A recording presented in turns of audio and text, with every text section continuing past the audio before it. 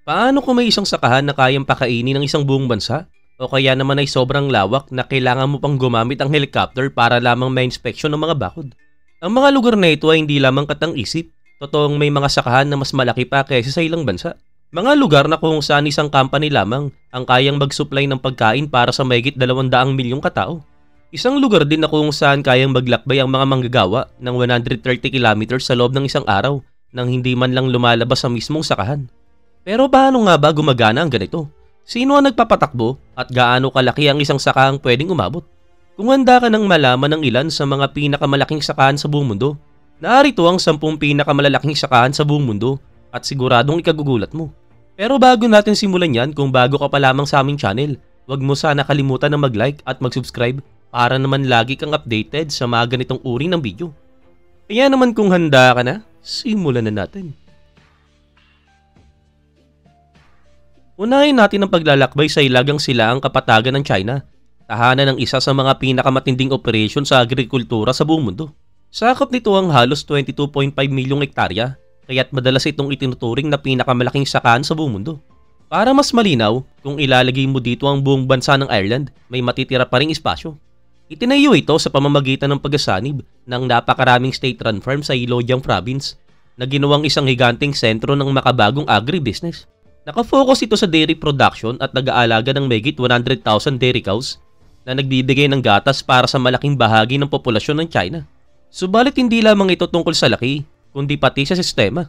Para itong self-contained ecosystem, may malalaking feed mills, especially designed milking parlors, at mga GPS track na ruta para sa mabilis na distribution. Bawat kawan ay minomonitor gamit ang digital records, automated feeding stations, at real-time health tracking. Ang pangunahing layunin nito ay bawasan ang pag-asa ng China sa imported na dairy products at tiyakin ang food security. Pero hindi rin ito ligtas sa mga batikos. Marami ang nag-aalala sa epekto nito sa water supply, polusyon mula sa industrial scale farming at kalagayan ng mga hayop. Gayunpaman, hindi may kakaila ang lawak at laki ng operasyon. Hindi lang ito basta sakahan, isa itong agricultural city. Mula sa China, lilipat naman tayo sa gitna ng tuyot at mainit na desyerto ng Australia, na kung saan malayang gumagala ang mga baka sa lawak na mahirap arukin ng isip. Sa pinakagitna ng South Australia, matatagpuan ang Anna Creek Station, isang ransyo na may sukat na higit 6 na milyong hektarya, na kung saan ginagawa itong pinakamalaking cattle station sa buong mundo. Kung ikukumpara, 4 na beses pa itong mas malaki kaysa sa kalakhang London. Itinatag noong 1863, nagsimula ito bilang ship station, pero dahil hindi kaya ng mga tupa ang matinding init at tuyong klima, pinalitan ito ng mga baka na mas nababagay sa kapaligiran. Pero kahit sobrang laki, hindi rin ito puno ng mga baka. Dahil disyerto ang paligid, kakaunti lang ang baka kada kilometro. Kaya naman nakakalat sila sa napakalawak na lupain. Dahil dito, kakaibang uri ng pagpapastol ang kailangan na kung saan nagasama ang tradisyonal na sipag at makabagong teknolohiya. Makikita rito ang mga helicopter na lumilipad para magharap ng kawan, mga drone na sumusuri sa lupa, GPS collars para masubaybayan ang mga kilos ng mga hayop, at off-road vehicles na bumabaybay sa mapulang alikabok para mag-check ng water system o bakod. Talaga namang napakahirap ng logistic dito. Ang mga ranchhand ay pwedeng maglakbay ng maraming oras, minsan isang buong araw para lamang inspeksyonin ng isang lugar. At dahil kakaunti ang natural water source, bawat decision ay critical.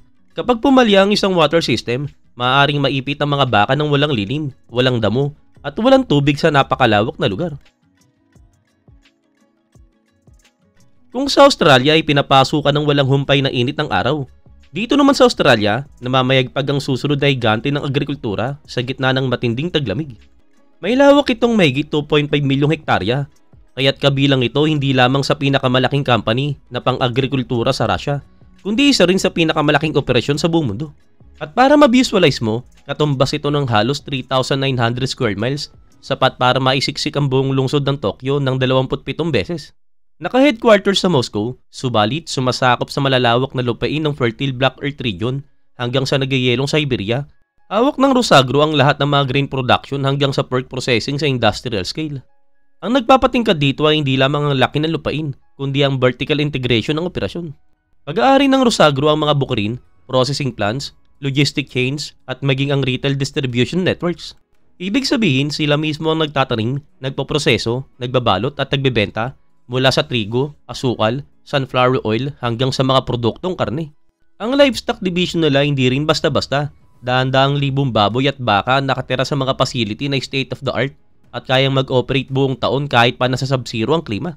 Sobrang lawak ng mga farm kaya gumagamit sila ng satellite mapping at AI-guided tractors para mas epektibong makapagtrabaho. Ang mga anihan ay ginagawa ng fleet ng mga makinarya na halos walang tigil, paikot-ikot at tuloy-tuloy, lalo na sa peak season. Dahil nasa isa sa pinakamalamig at pinakamapanganib na klima sa buong mundo, malaki rin ang puhunan ng company sa cold-resistant crop, strains, soil science at automation. Mula sa dating mga kolektibong saka noong panahon ng Soviet, lumago ito bilang isang imperyo ng agriculture na nagbibigay ng pagkain para sa loob at labas ng bansa. Ngayon, bumalik naman tayo sa sunog na lupain ng Australia na kung saan muli nilang pinatutunayan na pagdating sa cattle station, kakaiba talaga ang kanilang level. Matatagpuan sa pinakadulong bahagi ng South Australia, ang Clifton Hills Station, ang pangalawang pinakamalaking cattle property sa buong bansa na may lawak na 4.2 milyong hektarya. Katumbas ito ng halos 6,500 square miles at kahit magmaneho ka ng 8 oras diretso sa highway speed, hindi mo ring maaabot ang kabilang dulo. Itinatag noong 1876, halos 150 years na itong tumatakbo sa isa sa mga pinaka-remote at pinakamahirap na lugar sa buong mundo. Hindi tulad ng ibang sakahan, halos walang bakod dito. Malayang nakakalat ang mga baka sa disyertong kapatagan, lupang may salt bush, at mabatong floodplains. At para makontrol ito, kailangan ng helicopter, GPS tracker at motorbikes, pero kahit ganoon talagang malaki pa rin ang hamon. Bira ang ulan at biglang nagbabago ang kalupaan mula sa tagtuyot hanggang pagbaha, kaya naman priority ang water infrastructure gamit ang mahabang pipeline at solar power pumps para panatilihing may tubig ang kabuuan. Bagamat napakalaki, nananatiling family-owned ang Clifton Hills at pinatatakbo ng ilang stockmen na nakatira mismo sa rancho ng linggo-linggo o buwan-buwan. Mula sa napakalaking cattle station kung saan milyong hektarya ang sakop, lilipat naman tayo sa isang sakahan na hindi nasusukat sa lawak ng lupa, kundi sa innovation at epekto mismo. Matatagpuan sa iba't ibang estado kabilang ang Illinois, ang operasyon ni Howard J. Buffett. At oo, anak ng bilyonaryong si Warren Buffett. At ito ay mayroong higit 1,500 hectares experimental fields at 10,000 pang hektarya para sa aktual na produksyon. Subalit hindi ito typical na mega farm na puro ani lamang ang habol. Si Buffett, isang philanthropist at dating magsasaka, ay ginamit ang kanyang lupain para itulak ang hangganan ng sustainable agriculture, water conservation, at no-till farming techniques. Ang puso ng operasyon na ito ay nasa Decatur, Illinois, sa Howard J. Buffett Foundation Research Farm, na kung saan sinusubukan ng regenerative practices, drought-resilient crops, at mga strategy sa pagpapanatili ng kalusugan ng lupa na idinisenyo para magamit sa buong mundo. Sa pamamagitan ng control plots, long-term trials at real-time climate data, sinusuroy nila kung paano makapagtatanim ng pagkain kahit sa mga lugar na lubos na naubos ang yaman ng lupa o biktima ng matinding epekto ng klima. Ang layunin nila ay gumawa ng sustainable farming models na kayang pakainin ang lumalaking populasyon ng mundo nang hindi winawasak ang kalikasan. At ang resulta, unti-unti na itong inaampon sa ilang bahagi ng Africa, Central America, at maging mga bansang ginegera na kung saan ang food security ay usapin ng buhay at kamatayan. Bagamat mas maliit kumpara sa malalaking ranch sa Australia, ang farm na ito ay may impluwensya sa buong mundo. Pinatutunayan nito na hindi lamang nasusukat ang laki ng sakahan sa hektarya, minsan nasusukat ito sa impact.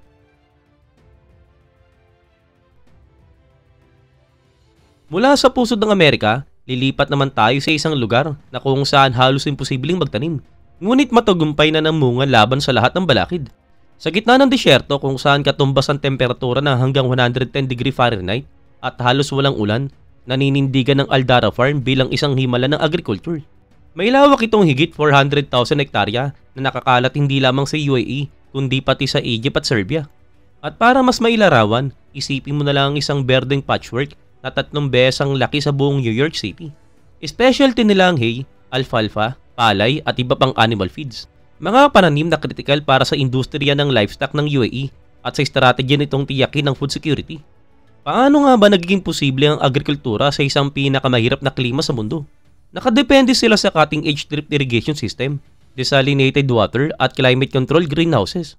May malaking pipeline na nakabaon sa ilalim ng lupa, nagbibigay ng tubig sa mga circular pivot fields na biglang nagiging lunti ang oasis sa kalagitnaan ng tigang na buhangin.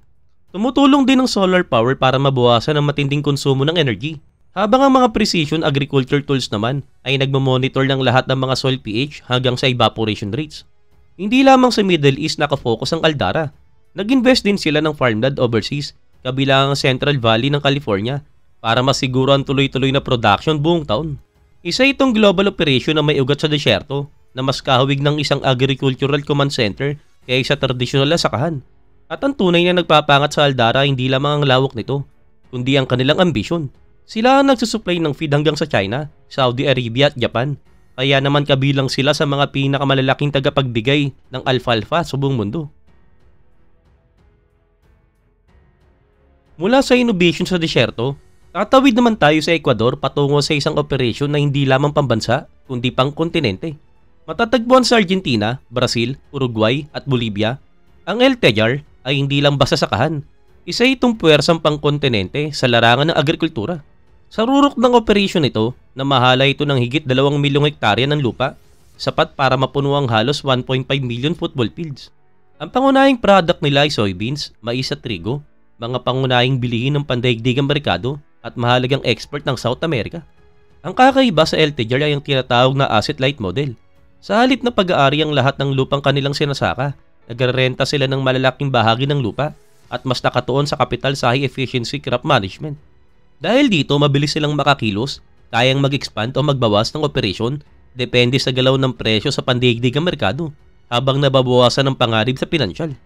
Gumagamit sila ng satellite imagery, GPS-guided tractors at weather-based planting models para masigurong mataas ang ani sa pamamagitan ng scientificong paraan.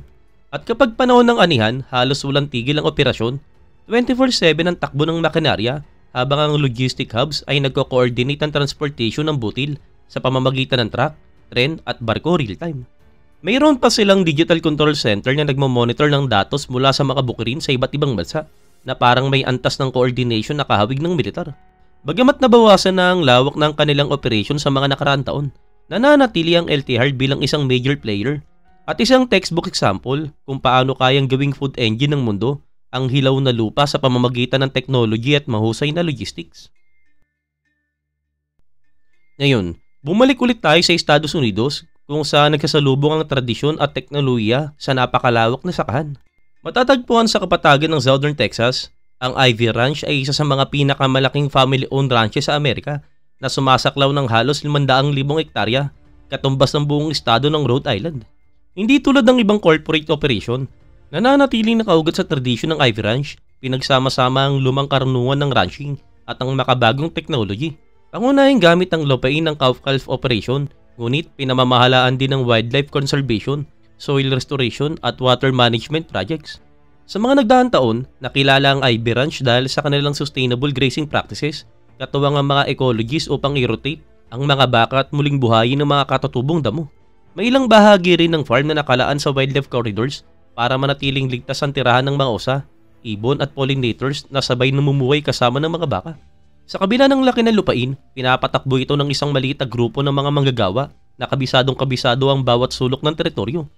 Generation ng mga cowboy ang nagmana ng kasanayan sa branding, roping at horsemanship. Ngayon ay sinasabay ng mga satellite tags, digital mapping at mobile herd monitoring. Kasama rin ang paggamit ng helicopter at drones para subaybayan ng mga kawan, habang ang windmills at solar system naman ang nagpapanatili ng daloy ng tubig sa mga tangke. Ngayon, mula sa isang pamilyang Texan Empire, sisilipin naman natin ang isang company na itinuturing na ang buong mundo mismo ang kanilang bukarin. At hindi tulad ng ibang nasa listahan, ang Olam International ay hindi lamang isang sakahan, isa itong multinational corporation na nagpapatakbo ng daan-daang farms sa iba't ibang kontinente. Naka-headquarter sa Singapore, may operasyon ito sa mahigit 60 bansa at namamahala ng higit 3.8 milyong hektarya ng lupain. At kung iuunat ang diretsyo, abot ang lawak nitong mula New York hanggang Los Angeles at pabalik muli. Sakop ng Olam ang iba't ibang uri ng agriculture mula sa peanut fields sa Argentina, coffee estates sa Tanzania, almond orchards sa Australia, hanggang sa rice paddy sa Nigeria. Iilan lamang sa kasaysayan ang nakapagtayo ng isang geographically diverse farming empire tulad ito. Ang tunay na nagpapatingkad sa Olam ay kung paano sila nag-a-adjust depende sa region. Sa US, nakatuon sila sa almond, onion at cotton. Sa West Africa, kabilang sila sa pinakamalaking cashew at cocoa processors. Sa Southeast Asia naman, nakapokus sila sa palm oil at rubber. Sa halip na one size fits all, bumubuo sila ng region-specific strategies na pinag-isama ang local partnership, supply chain management at sustainable certifications. Bukod pa rito, ang isa rin sa mga pinakamalaking advocacy nila ang traceability. Gamit ang blockchain at satellite data, kayang subaybayan ng olam ang isang butil ng kokwa mula sa isang baryo sa West Africa hanggang maging chocolate bar sa New York. At hindi lang sila basta nagtatanim, nagre-reforest din sila, nagre-restore ng lupa, at lumilika ng carbon offset sa mga ecosystem na nanganganib. Sa panghuli naman natin, babalik tayo uli sa China kung saan nagsimula ang ating paglalakbay sa agrikultura.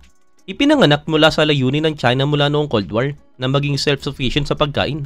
Hawak na ngayon ng Beiduang Group ang mahigit 5.3 milyong hektarya ng lupang sakahan na kung saan ginagawa itong isa sa mga pinakamalalaking agricultural conglomerate sa buong mundo. Kung ipapahaba ito bilang isang perpektong parisukat, aabutin ka ng halos 24 hours sa biyahe sa highway bago mo malibot ang paligid ito. Nakatutok ito sa mayamang kapatagan ng Heilongjiang Province sa ilagang silangang bahagi ng China. Ang seltang Beiduang ay nangangahulog ang Great Northern Wilderness, isang bansag noon sa mabundok at latian na rehiyon na kanilang sinakop. Pero ngayon, ito na ang breadbasket ng modernong China. Nakatuon ng Beiduang sa bigas, soybeans, mais at trigo, ngunit hindi lang dito nagtatapos.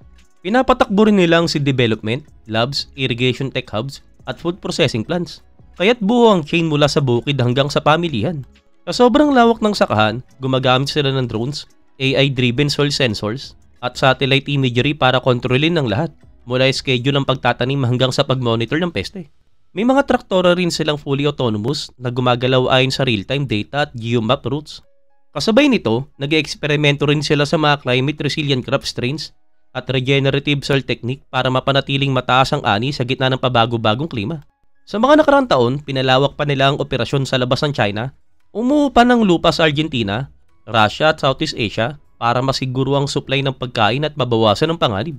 Ito ay agriculture na may halong geopolitical ambition na unti-unting binabago ang pandaigdigang kalakalan ng pagkain, hectare by hectare, kontinente kada kontinente. Ngayon, mula sa tirik na disyerto hanggang sa nagyayelong kapatagan ng Siberia, hindi lang basta malalaki ang sakang ito, binabago nila ang mukha ng modern agriculture. May mga farm na nagpapakain ng buong bansa, mayroon namang nagbabago ng kabuuang tanawin, pero lahat sila ay nagtatanong ng parehong bagay. Gaano kalaki ang masyadong malaki pagdating sa production ng pagkain para sa mundo? Ngayon, alin sa mga farm na ito ang pinaka nakakagulat para sa iyo? Kaya mo ba magtrabaho sa isang sakahang kasing laki ng isang bansa? I-comment mo sa ibaba, gusto naming marinig ang iyong opinion. At kung namangha ka sa video natin ngayon, huwag kalimutang mag-like, mag-subscribe, at i-share mo na rin para naman lagi kang updated sa mga ganitong uri ng video. Kaya naman muli, maraming salamat sa panonood. This is Noel Polo TV. Kita-kits sa next video.